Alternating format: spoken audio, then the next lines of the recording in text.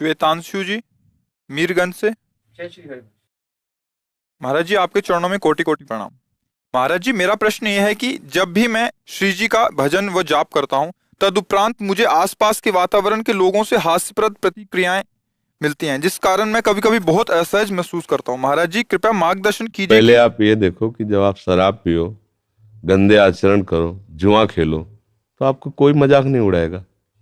नहीं उड़ाएगा ना, क्योंकि आप मजाक के काबिल हो, इसलिए कोई मजाक नहीं उड़ाएगा। गिरे हुए आदमी को कोई देखता है क्या? जो दौड़ लगा रहा फिर गिरा, फिर उसकी हंसी की जाती है, नहीं की जाती? गिरा गिरा गिरा, जो गिरा पड़ा उसके लिए क्या हंसे? समझना।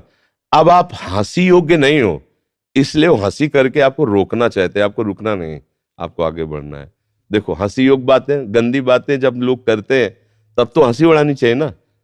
नीच आदमी शराब पीता है, मांस खाता है, व्यभिचार करता है, गंदे आचरण करता है, उसका उपहास होना चाहिए? नहीं होना चाहिए। लेकिन कभी समाज में उसका उपहास नहीं किया जाएगा।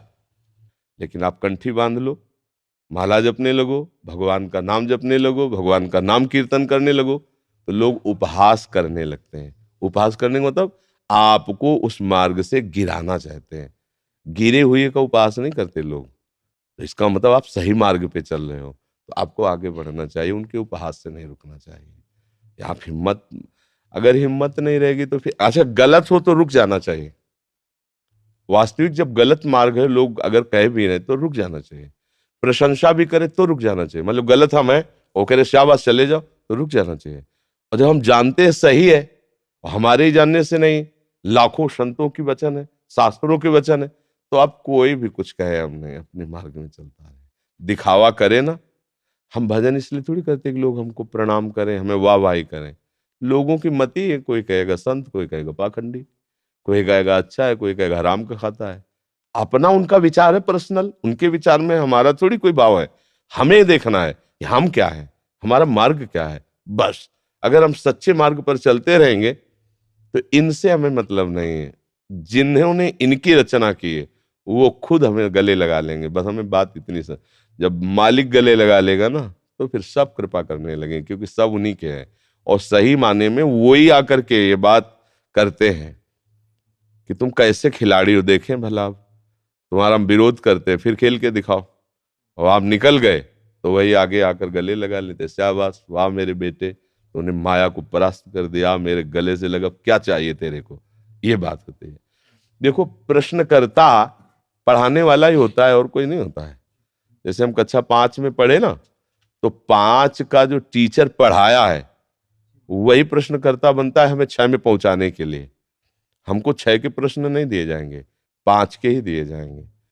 तो अब हमें समझना है कि मेरे आगे प्रश्न मेरे भगवान ही भेजेंगे। कोई मुझे गाली देगा, कोई मुझे अच्छा भी कहेगा। अच्छा कहने वाले की तरफ हमको अनुकूल नहीं होना, बुरा कहने वाले की तरफ हमें प्रतिकूल नहीं होना। वही देखना है, तुम्हारे अच्छा कहने से मेरा कुछ अच्छा होगा नहीं, तुम्हारे बुरा कहने से मेरा कुछ बुरा होगा नहीं। मैं जिस मार्ग में चल रहा हूँ। अब ये तुम्हारी मर्जी, तुम अच्छा कहो या बुरा कहो। इसमें ऐसे चला जाता है, किसी का चेहरा देख के नहीं चला जाता है इसमें कि लोग वाह वाह कर रहे हैं तो हम बढ़े, और अगर वाह वाह नहीं करे तो हम फिर नहीं चल पाओगे इस मार्ग में। इसमें केवल अपनी लक्ष्य देखना है, मैं गलत तो नहीं हूं। और इसका प्रमाण शास्त्र और संतों की वाणी से। 1 करोड़ आदमी एक साथ बोले और एक महात्मा एक बार बोल दे, तो करोड़ आदमियों की बात मानने योग्य नहीं, उसकी बात मानने योग्य है। क्योंकि वो माया मुक्त हो, एक माया युक्त है। माया युक्त अर्थात इनकी मशीन सही नहीं है कि निर्णय सही कर पाए। वो जो बोलेंगे सत्य बोलेंगे, जो वास्तविक भगवत मार्ग के पथिक हैं। तो मान लो प्रगट में हमें नहीं मिल रहे, तो हम शास्त्र हैं, गीता जी हैं, भागवत जी है, सब भगवान की वाणी है या भगवत प्राप्त महात्माओं की वाणी, उसमें देखना चाहिए।